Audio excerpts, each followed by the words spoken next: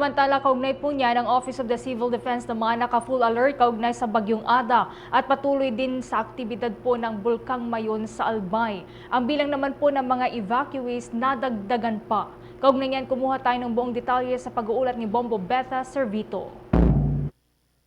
Ipinahayag ni Civil Defense Deputy Administrator for Administration, Assistant Secretary Bernardo Rafaelito Alejandro IV, sa eksklusibong panayam ng Bombo Radio Philippines na binabantayan ng pag-ulan lalo na sa Bicol Region dahil sa aktibidad ng Bulkang Mayon. Gayon din na mas dumami ang bilang ng mga evacuees. Nakapagtala na ang Philippine Institute of Volcanology and Seismology ng mahigit 300 rockfall events at mahigit 70 pyroclastic density currents, gayon din na mayroon ng pagbuga ng lava dome at lava flow. Nakataas sa Alert Level 3 ang Bulkang Mayon na simula pa noong Enero 6 at dahil sa patuloy na aktibidad nito sa Albay, kailangan ng mga karagdagang hakbang dahil maaring palalain ng Tropical Storm Ada ang emergency situation ng probinsya. Narito ang naging pahayag ni Civil Defense Deputy Administrator for Administration, Assistant Secretary Bernardo Rafaelito Alejandro IV. Ang ulan, binabantayan natin lalo na sa Bicol dahil may activity doon ang Mayon at medyo nag-increase tayo ng mga evacuate, no? Kasi beyond the 6 kilometer, may tatamaan dyan kung talagang malakas ang ulan, yung mga prone sa lahar movement, no? Pag malakas yung ulan. So isa yan sa tinitingnan natin. We're just preparing yung in case na itaas sa level 4, yun ang pinaghahandaan natin.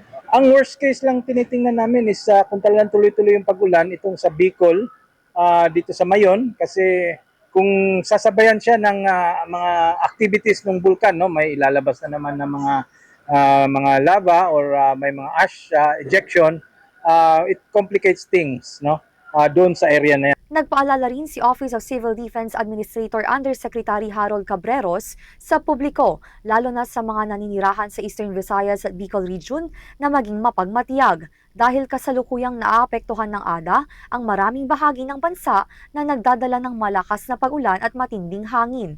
Anya, sundin ang gabay ng mga otoridad at bantayan ang mga updates sa panahon mula sa mga mapagkakatiwalaang mapagkukunan. Sinabi ni Cabreros na ang iba't ibang ahensya ng pamahalaan, kabilang ang Office of Civil Defense, ay nagsagawa na ng mga pre-disaster risk assessment hinggil dito. Patuloy silang nakaalerto upang agad na ipatupad ang mga kinakailangang aksyon. Para sa Bombo Network News, ako po si Bombo Betha Servito, and this is Bombo Radio Philippines, the #1 and most trusted source of news and information. Basta Radio, Bombo! For the most trusted source of news and information, visit our website at www.bomboradio.com. Follow us on Bombo Radio mobile app, Facebook, YouTube, TikTok, and X, formerly Twitter. Like, share, and stay connected. Anytime, anywhere.